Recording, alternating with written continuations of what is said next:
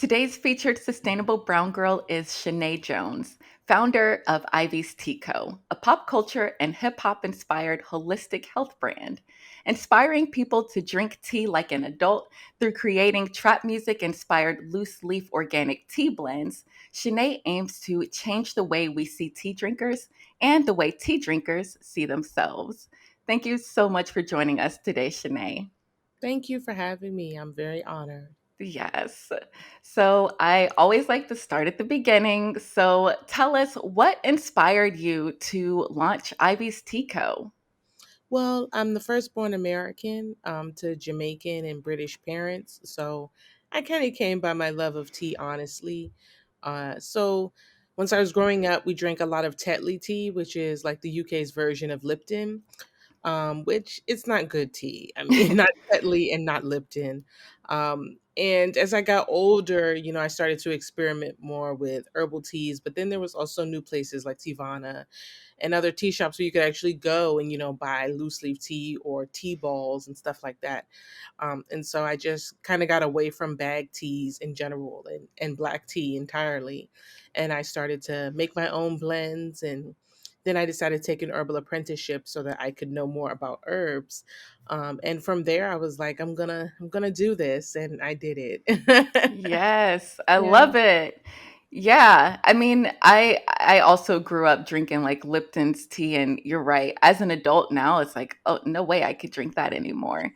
Loose leaf is so much better. Yes. So one of your things, we said you aim to way to change the way tea drinkers see themselves. So how have tea drinkers been viewed by the Black community in the past? I think for the most part, like even my sister, when I told her I was going to do my own tea company, she's like, Nene, black people only drink tea when they're sick. Like they're not sick long enough to keep you in business. Like, are you crazy? And so I was like, no, they can't be. Like, there's all these other tea companies out there. Like, people are drinking tea year round. Like, I'm sure there are some black folks who do it too. Right. Um, and she knew that my main goal was to attract black people. I feel like a lot of black people are missing from tea advertisements from other companies. So I felt like I didn't feel, I felt like probably it was a good portion of black people who don't drink tea, but not because they didn't want to or not because they wouldn't, just because they didn't feel included. And so I figured that if I kind of, invite people to the proverbial table, then maybe they would see something that they liked and see something about themselves in the marketing, and then they'd be like, okay, I want to try this. And so that was just my thinking. Not that people, that we don't drink tea, but no one really invited us. But I think that the general consensus is we only drink it when we're sick. But that's not. Yeah. Right. Yeah, that's true. Or you would think that someone who does drink tea is like bougie, you know? Yeah, either really bougie or super like the crunchy, holistic, I walk barefoot and Right. stuff like that. So not like, not, I don't even know what to call us, but not people on the fringe in either direction. Like maybe people more so in the middle. How did you decide to, start including people, start making your thing? Like, how was it? You kind of explained it, but can you tell me more about like what really led you to start the company, and why you wanted to start it the way that you did?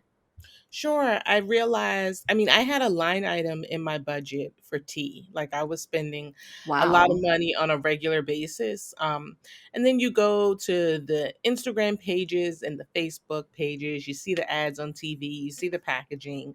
And none of it really reflected me. And it just kind of dawned on me like they really aren't reaching for me, and I don't know why. I felt like a lot of it was for, especially the herbal teas that I'm drinking, a lot of Yeah. it's for the people who hike and the people who do yoga, and you got a million dogs, you know what I mean? And you like to watch the sunset, and like you're just this really zen person who likes incense and candles and all that stuff. And not that there's anything wrong with that, and not that I wasn't that person, it just wasn't hitting it for me. And so I just decided to create a tea company that reflected more of my interests and values. Now, when I launched, I was foolish enough to think that you could just publish a website and people was going to come. Like, Yeah. that is not how it works. Like, you got to have a marketing plan. You got to have something, you have to have a strong brand. You'll find now, like, if you pay close attention, you'll find that there are people who have brands and really no product. Like, you're like, man, this product really sucks, but Mm. marketing is cool. Or, that's how a lot of like white guys raise a lot of money with just an idea. They have like a really cool marketing thing and no product. And I was the opposite way. I had a product and no marketing scheme. Ah, And so I decided to really lean heavily into what I already knew, which was hip hop. I had been writing about hip hop and studying it, of course, for years, but I went to Bowie State University and I studied English literature twice, so I really know it. And I got a bachelor's and a master's degree. And most of the time I wrote about language, hip hop, culture. And so I figured, I just use that and kind of apply that to tea. And I know that it seems like really far removed, but hip hop is very didactic. You can sell anything with it, but you can also teach anything with it. So I just kind of wanted to teach about herbs, and that was my plan. That's how I built yes. community. Yes, I love that. I love that. So, speaking of the hip hop thing, you have tea names like Sister Sister and So Anxious. How how do you come up with those names? Oftentimes it's like what I'm listening to in the warehouse, or Mm, this is going to sound like really crazy, but there is a principle of herbalism whereby people go to plants and they feel that the plant sings them a song. And of course, it's always because of being here, it's always um, not even like Native American. It's like wolf, like I'm a wolf woman. yes. I'm like, I did not hear that when I saw that chamomile flower. I don't know. I don't know what you're talking about, friend. That is not what was there. And so I was like, man, I gotta figure this out for myself. Like, because a lot of the other, when I took my herbal apprenticeship, I was the only Black person in the class, and I was the only person under 30. Mm. So it was really difficult, like to relate to some of the people because they're like, "Oh, my great grandma Meredith taught me about this," and my grandmother wasn't an herbalist. Nobody really was. I was the first person doing this. So I had to learn the properties of the plants my own way. And Mhm. so for a lot of it, it was word association for me, or I would think of the plants as Beyonce songs or as pop divas, and like that would help me really remember what the plants were. So that's how I Mm. use that now, to name my teas. Also, a lot of times customers give me names. Sometimes they just give me names and I don't even have a tea. I'm just like, I'll tuck that away, I guess. I don't know when I'm going to use that. Yeah. But yeah, so a lot of it is like feeding off the community. They help me make teas, they help me name teas. So some of it's like my own creativity, but about half of it is also what I get from customers. So Right. And yeah. what's been the response from your customers? You mentioned before that you had the product, but not really a marketing plan. So, Yeah. how did you end up reaching your customers? Well, for the most part, I think it was just driving home that imagery and using, I put product descriptions up and captions and all that stuff. I just write as I am. I didn't get an MBA and learn that these are the words that you use to sell stuff. I just myself. And I think that a lot of businesses are now kind of suffering because they forgot, you have to have some, or maybe not forgot, they just missed it or they weren't on that wave whereby um, you have to have like a human touch to your brand. And so I think that really drove it home for a lot of people. I got on camera a lot. I really don't like being on camera, but I started doing more camera stuff. Now I do the reels and all that and going live. So I think that it's really just showing yourself and showing your personality. And it's okay to turn some people off. I mean, you don't want a bunch of people who aren't going to support you or who only support you because they think you're something else. You want authentic followers for your authentic self, and you want authentic customers. Like, that's how you build a real brand. So I would encourage everybody to just, if you're starting a business or doing a business already, like, get out there, be yourself. Mhm. Don't be afraid. Right. Yeah, because a lot of times, especially with small businesses, it's the the owner or the creator who really sells it, like you fall Yeah. in love with the creator's story and it's like, I want to support this person. Yes, So, yes. But the flip yeah. side is to that, don't be the mean person. There's so many mean business owners. Please don't be that girl or that guy. Yes. Don't be cussing your customers out. It's okay if they got straight hair and they came to get braids. Maybe they couldn't get a babysitter for this nail appointment. Like just give some grace. Don't be mean. Right. Right. Oh my gosh. So have you found that your customers are typically people who have, drank tea in the past, like, maybe the Lipton, or are they just completely new to tea? About 30% of my customers are first time tea drinkers. So I think that that's a really cool number to have. That's a substantial amount of people.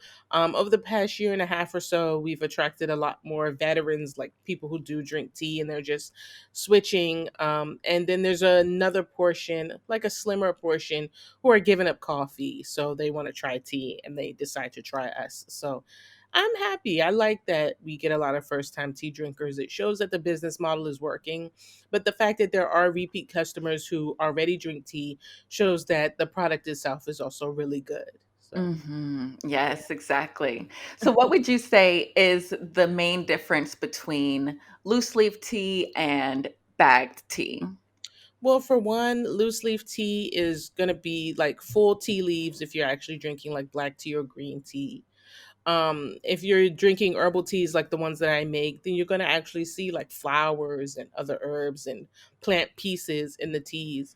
When you use bag teas, I don't have any here. I usually keep some. The tea leaves themselves are all crushed up or they're dust particles. Oftentimes, Mm, especially once you're purchasing like Lipton, for example, you know, once they pull the tea leaves and all that stuff, they dry them or whatever. Like all the full leaf teas go to the companies that are paying more for the full leaf teas. mhm. What's left over, they're not going to waste. So that's what companies like Lipton buy, and that's what they sell. And that's why it doesn't taste good. And that's why it's not flavorful. That's why it's bitter and really acidic, because it's basically just dust particles and nothing. It's just what's left over. When you get full loose leaf tea, you're also saving the environment in addition to getting a delicious cup of tea. Most tea bags are made out of plastic or GMO byproducts, which we don't want. And I think we don't realize it. Like we think, oh, this is just a paper bag. But if it really was a paper bag, once you put that hot water, it would disintegrate. Like we really have Mm, to consider that. So it's texturized plastic made to feel like paper. And it can withhold just about anything because if you have really hot, boiling hot water and you're pouring it on this dust, you're making a bad cup of tea for yourself. You're putting hot water on this texturized plastic. All those chemicals are going to seep into the cup and then you don't have good tea, and then you wonder why, oh man, I really don't like tea. It's because you're not really drinking it. You're mostly drinking GMO byproduct dust. So I encourage everyone to switch to loose leaf tea. It is a little more money up front, but when you use loose leaf teas, if you're using a quality one, you can use the same leaves and make a second cup of tea. Just store it in the refrigerator in some Tupperware. And then when you want to make another cup of tea, just take the infuser, put it in your cup, and add hot water onto it. Again, for most of our teas, you can get 2 or 3 cups depending on how strong you like it. I like weak tea, so it lasts me quite a bit.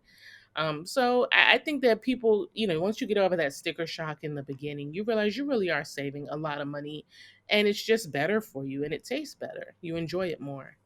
yes, exactly. Yeah, I love that you brought up the fact that a lot of tea bags have plastic in them. Yeah. And yeah, and we're here, we're trying to be sustainable. So however we can cut back on, like our plastic. And then like you also said, it's not good for your health. Like we don't want to be out here drinking microplastics, you Yes. know? That is a no-no. That is not good. Right, Yeah. right. And then the fact that you can reuse your tea, your leaves again for another Yeah. cup of tea, that's great. And Yeah. often, and too, you can compost your tea I was leaves. going to say some people can Mhm. compost. I'm not really a compost lady. I don't even Yeah, once I get a house and a yard, definitely right now all I have is a small little apartment. I hear you. But Same. some tea leaves you can add to your plant pots, like some Ah, plants like them. So yeah, that's what I do with some of them that I have. Yeah. yes. I love it. I love it. So aside from tea, tell us about the other products that you offer. Well, we offer flavored honeys, which are usually flavored with other spices. We get the honeys from a husband and wife apiary in Ohio. And once they come to us, they're plain, Mhm. just raw organic honey, which is the best honey. Raw organic honey is antibacterial, it's antiviral.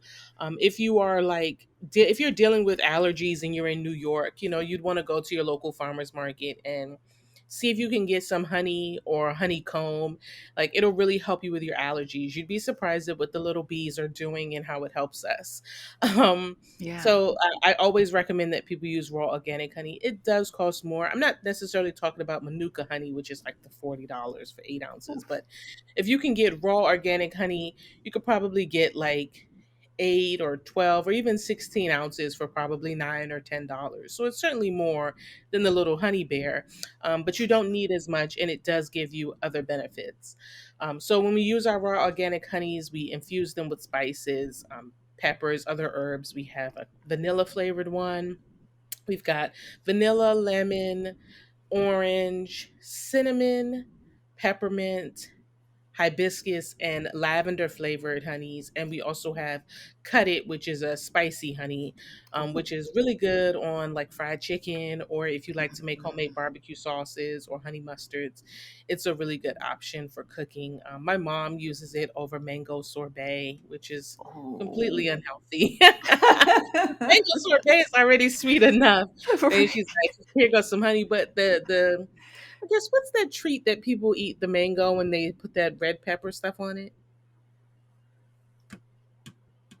I've never Like had it.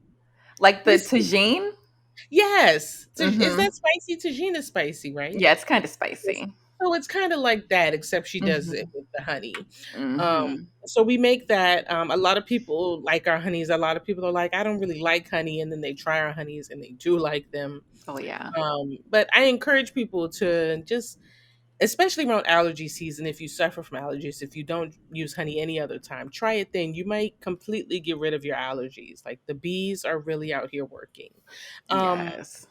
what else? We offer our trap china, which is a very popular and extremely limited product. Mhm. One guy sent me some text messages the other day, like, I've been looking on reseller websites and I can't find any. Oh, wow. And I'm like, it's so limited that no one's gonna sell it on the reseller site. So to Yeah. Telfar, I think I found the plug. Like, what you got to do is make it so limited that people don't even want to sell it. Mhm.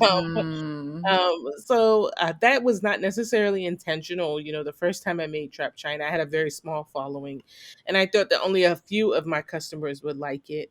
And then Destiny Blue retweeted it, and she like makes costumes for Beyonce and Megan Thee Stallion. Wow. So that's just what you need. And I wasn't gonna post it because my nails weren't done. And my friend was like, "Shut up and post it anyway." And then I Yeah. woke up the next morning and I had all these tweets, and I was like, I have not said anything bad about anybody. So what is this? What are these mentions? And it was that it Mhm. had gone viral. And ever since then, I try to only release it once a year, maybe twice a year. It's pretty expensive to make fine china. It's not like a really Mm. cheap process. So that's where we are with that. It'll be back again the Tuesday after Cyber Monday for everybody Okay. who's going to send hate mail. I know it's a long time to wait, but it's worth it. Yes, yes. Wow. That's awesome. So, I mean, apparently you've gotten some good, traction with the mention from Destiny Blue. And then also too, I saw that you were the first grant recipient from Buy from a Black Woman. Yes, my crew, the Yes. gang. I told Nikki all the time, I'm like, I'm gonna get a tattoo. I have no tattoos. Mhm. I'm scared of needles, so it's all talk. But I rep the gang. Yeah, I was the first Buy from a Black Woman grant recipient. At the time, I didn't know it. Like, I just assumed that they'd been doing it forever, but I was the Yeah. first. And I won it in April of 2016. I was applying for $250. I wanted to use the money to buy herbs for my first year of my herbal apprenticeship. And I ended up winning $500 because another Black woman had matched Nikki's donation. Nikki's the founder. It was her own money, and another Black woman saw what she was doing and gave. Wow. Um, And so, like, if you read my post on my Instagram, it's all like, oh, I'm so grateful. And I look forward to joining all the other people who have won. And I'm so excited to give back. But I was the first, and I've kept my promise. I give back. You can buy Grown. It's the only black tea we have on our website. And 25% of the proceeds go directly to Buy from a Black Woman. Mm, I just the other day I talked to her about having a Women's History Month fundraiser. I'm always looking to raise money for the organization. That's like I love to raise money. That's like my favorite thing to do. wow. We have a trademark grant where we help a Black woman business owner trademark her business name, which is about $2,700 Wow. for. Yeah, it's not super cheap, but it's worth it. You got to put that money. You got to protect your brand. Hmm. So Ivy's Tea Company funds that, and so far we've granted 3 Black women the grant. So it's just a great opportunity to be able to give back and help other Black women in a way that no one was there to help. Me, outside of Nikki, Hmm. um, she's like the only Black organization that had money and you could apply for it and it gave you.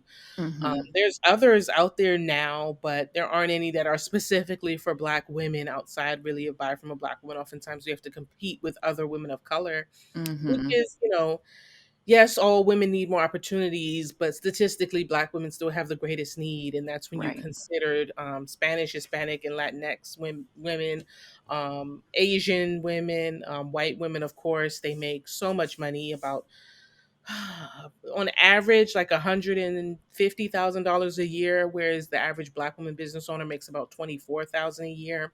Wow. So we're talking about real big differences. And when people are talking about how important it is to support women-owned businesses, well, they use statistics about Black women-owned businesses and Hmm. put them onto white women-owned businesses that obviously don't have the same need. Now they do need, right? Because white men, they get all of the bags. Oh, Um, yeah. but it shows you just how much further behind the average Black woman entrepreneur is. So it's great that there are organizations that Buy from a Black Woman is here to speak up and celebrate and advocate for the Black woman entrepreneur because no one else is doing it. Everyone kind of shies away from saying Black woman. They don't want to just be for Black women. And Nikki and Buy from a Black Woman don't do that. They're proud of us and celebrate us all the time. So I always want to give back to Yes. them. Yes, yes, I love that. Also, too, I saw that you were featured in the H&M Yeah. in-store pop-up. Was that through Buy from a Black Woman as well? Yes, so Buy from a Black Woman has been partnering with H&M now. They're going into the second year. Mm, Um, they had an inspired Buy from a Black Woman has an inspired tour, which was at first just Nikki driving around the country going to different Black women-owned businesses. But last year, H&M was like, "Hey, you should do this and bring it to the H&M stores in those cities." And so mhm. that's what she did. And Buy from a Black Woman would have like pop-ups at the H&M stores. And the cool thing was that H&M had actually supported us in that, they purchased our products. We weren't there selling and, trying to raise money. We'd already gotten money thanks to H&M. So they purchased our Yeah. products and you could just buy them in store. And Ah, then they did it again for the holiday market at the flagship store in Times Square, which was really exciting. They had a whole big ordeal on the mezzanine level. They put up signs that said Black women are magic. Like it was that's really awesome. cool. And the president, is she the president or the CEO? I can't remember of H&M. She's from Sweden. She came. This was her first time in the United States. Wow. And she came to see all of us and it was like really cool. I know that H&M had like bad press, but they really have put their money behind Black women entrepreneurs through Buy from a Black Woman, and rumor has it that they've Mhm. got some other big things coming. So I can't spill Ooh. that tea, but all I can say is that they're putting their dollars behind Black women entrepreneurs, and it's good to see a company walk it like they talk it. It's not just a Black History Month campaign or something like that. Like this is Right. real. Yeah. Right, right. Wow, that's amazing. Yes. That's so great. It sounds like you've had some really big opportunities through Buy from a Black Woman. So Yeah. I love that Nikki's doing such, things to help Black woman-owned businesses. Yeah. Yeah. Because I'm not the only one. Like there's lots of Right. us. Oh Yeah. yeah. For Copper and sure. brass. It's copper and brass paper goods. H&M bought a wrapping paper from her company, like six figures worth. So, like, Wow. not a little bit of money either. Like, they're cutting Yeah. big checks. So, Yeah. yeah, it's changing a lot of lives. For sure. That's amazing. So, what types of challenges have you faced as a Black woman entrepreneur?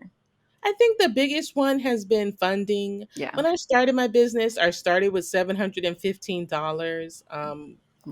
415 of which was raised from family. The rest was my own money. Mm. And I guess, I guess part of it's like ignorance. I just didn't know that I could raise money before I launched. Mhm. So I just figured I got this little bit of money. This is enough to get some herbs, to get some containers, and get a website. Like, and I Mhm.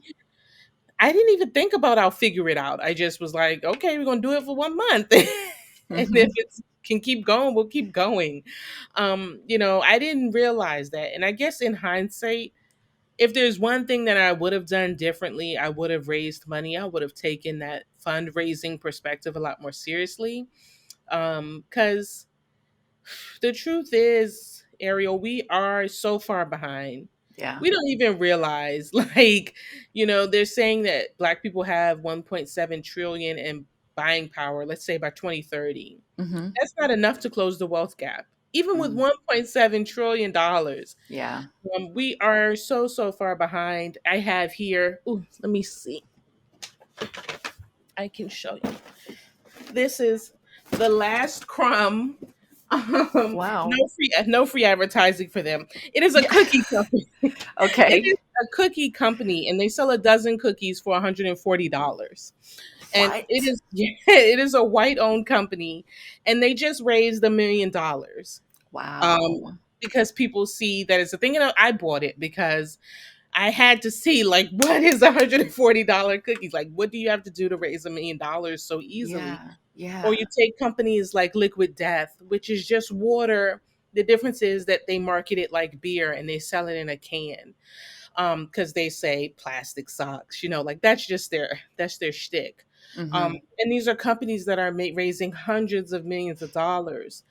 And we have products that are equally as good. The Honey Pot has raised some money, but not nearly as much as Liquid Death, and it's doing Mm. more good.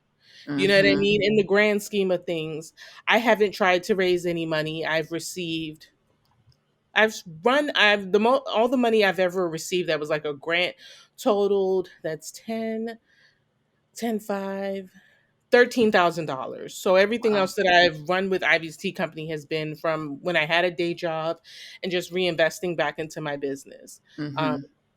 and you can go and you can get VC dollars and all that stuff, but then they take a percentage of your company, and Yeah. it can be challenging, and it's hard to make a mistake. It's scary to make a mistake. We have to have so much more proof than our counterparts, and it's like, oh, well, you have to, prove that you can make a lot of money. So you're making 5 figures a month, let's say, in your business. And then it's like, well, you're making money. Do you really need our investments? So then you find yourself like, well, you said that I needed to get money and I'm proving to you that I have a business model and now you don't want to invest in it. Like, what does that mean? So it is challenging. We are doing our best. I mean, I think we all are, but um, it's really difficult. Once you get into it, you realize just how far behind you are. If they need $1 million to sell $140 cookies, how much more do I need to keep Ivy's Tea Company sustainable? And Mhm. right now I work my hardest, and do my best, of course, always putting my customer first, always putting community first. And that's gotten me so far, and I think that it's more than enough to keep me going. But the question is, just what do you want to do with it? How big do you want to be? Do you want to be Lipton? Or are you okay with being what you are now? And if you do become Lipton, are you prepared for the sacrifices? And it's not easy, like Tristan Walker with Bevel. Mhm. He marketed something to Black men and they didn't buy it like they really could have or should have. They said it was too expensive. And Mm. then he sells to Gillette, or Mhm. yeah, Gillette, Procter and Gamble, basically. And Mhm. You get that slack of, man, now it's not black owned. Well, what am I supposed to do? Like, I got bills too. I'm still a founder. I'm still a person, you Right. know? Yeah. So it's like I want it to be as black owned as possible, but I also have other dreams. I have other aspirations, and I don't want to work all the time. Yeah. So it's difficult, those are the things that you think about, or the things that I think about every day when I go to my warehouse, just to make sure that what I'm doing is in alignment with my future plans, but also staying open to all that God can do for me. Not getting tunnel vision, not being monomaniacal, and just being open and accepting and optimistic. It weighs you down because it's like I'm being positive and it's still heavy. Yeah. I might as well be negative. At least I wouldn't have got No. it bad, you know what I mean? But Oh, yeah, yeah. so there are a lot of challenges. Money, time, and also just preparing for the future and thinking about what you want to do for yourself. Those are like my biggest challenges. Yeah. Mhm. Well, I mean, you've definitely had some great opportunities and it sounds like you're on the right track. So, it looks like the future is bright for you. Thank you. I need shades. Yes. Yes, I love it. So, what tips would you give a Black woman who is just starting her own business? For sure. Think about what you want first. I am a big fan of the mind map. You can see mine Hmm. back there. Take everything that you have in your brain and just put it on a piece of paper or a big poster board like me, or Yeah. get as much paper as you need and get it all out of your head. Then start organizing it. I would say, I didn't start my business with a lot of money, so I would say you don't have to either, but you do have to be mindful of your money. You have to be smart with your money as well. Don't go buying a bunch of inventory that you're not going to use. Don't go Hmm. buying a bunch of tools you're not going to use. Don't go chasing virality if you're not prepared, because the last you want to do is go viral and then you can't fill everybody's order, Right. or it's slow and then people just bash your company, because the truth is you really only get one time. Me, I'm flexible. I've always been flexible when it comes to shopping with people. But there are some people who don't. There's some people who order today, they expect it on Saturday. They don't care what the USPS got going on. So you Hmm. have to consider that that might be something that happens. So um, don't waste money. Don't chase virality. It'll come when it's supposed to come. And the third thing is to be smart with your money. And my fourth thing is to put in the work. Like, work hard. It's going to take a lot of work. I've been working 18 hours a day, 6 days a week for the past 5.5 years now. Wow. Um, and you can't stop. Right. That's not necessarily what people say. A lot of people tell you to get rest and tell you to do all this, that, and the third. The truth is that if you're going to make a difference when it comes to your business, you're going to put a lot of time in it. You're going to be tired. There's going to be a lot of things that you can't do. There's going to be a lot of things that you want to do that you don't have time to do. Mm. And that's just the sacrifice that you have to make for your business. And I know that sounds tough and I know that sounds harsh, but nobody wants to hear you complain about how you can't make content for Instagram. This is part of your business. Yeah. Nobody wants to hear you complain about how much it costs to take photos. You got to figure out how to take photos yourself, or you got to hustle to get the money to pay someone else to do it. It's just that simple. No one wants to hear your problems. This is hard work. People are going to be mean. People are going to leave negative feedback. You got to get tough. You got to get hard, especially if you're a Black woman. Um, get tough. Like, I've had my own issues. I had racist trolls on my page, Mm. sending me death threats and all sorts of Wow. things.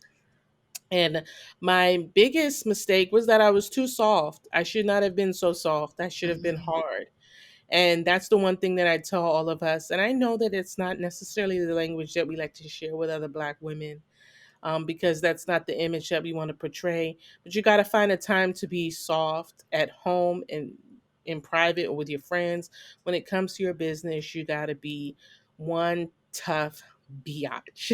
Mhm. People are going to take advantage of you. They're going to mislead you. They're going to intentionally harm you.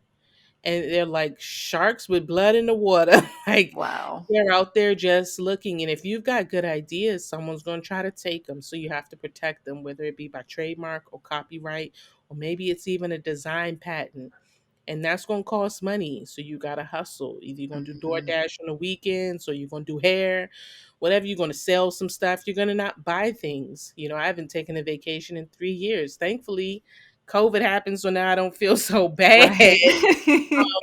But the truth is that for people, there's a lot of people who's on travel every time you turn around.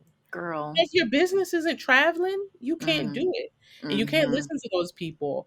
I'm someone now, I just turned 34. I'm debt free. I paid off my student loans, paid Yes. off $93,626 in two Wow. years and 10 months. You have to hustle. Wow. You have to. Yes. And that's definitely another thing. If you have a business or you're starting a business, bring your bills down.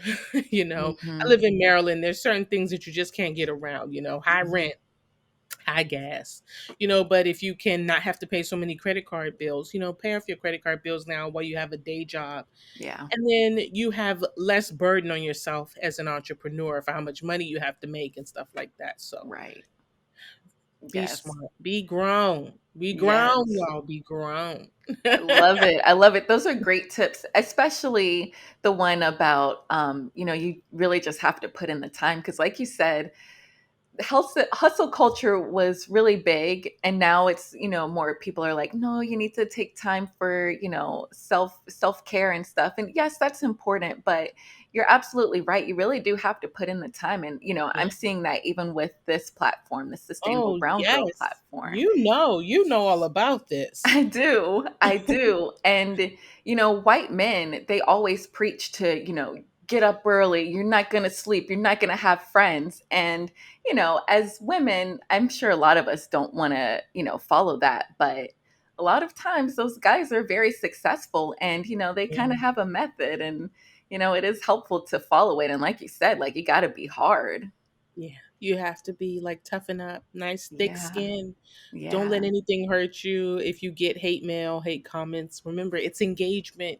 You want engagement. Take the Lil Nas X approach. He intentionally gets people riled up, and all they do, he can't pay for the press that he gets. It's so Hmm. incredible.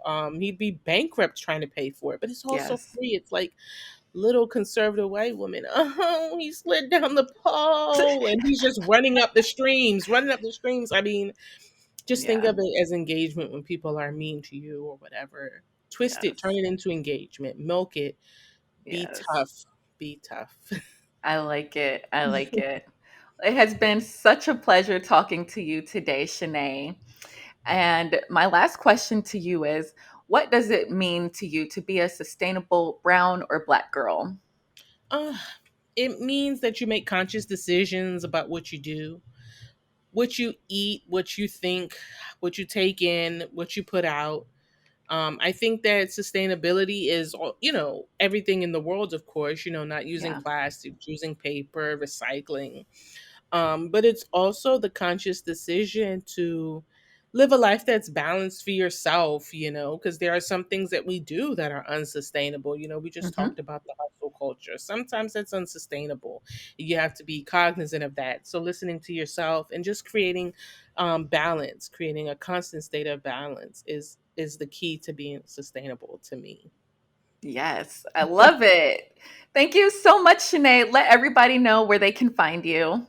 Sure. So you can find Ivy's Tea Company on Instagram, Facebook, Twitter, and the TikTok now at Ivy's Tea Co.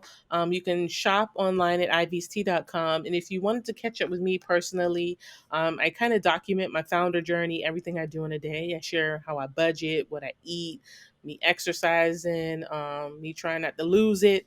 You can follow me on Instagram at Shanae, my first name, Shanae did good. I know that it sounds like bad English, but in the end, I want people to say I did good things, good work, whatever. So I leave it like Yes. that. Yes. Yes, Shanae. You are doing good. You did Oh, good. You are thank there. you. I love it so much. Oh, Thanks. thank you. Yes. Thanks again for joining us. And please go follow her, go try her tea, and just support a Black woman however you can.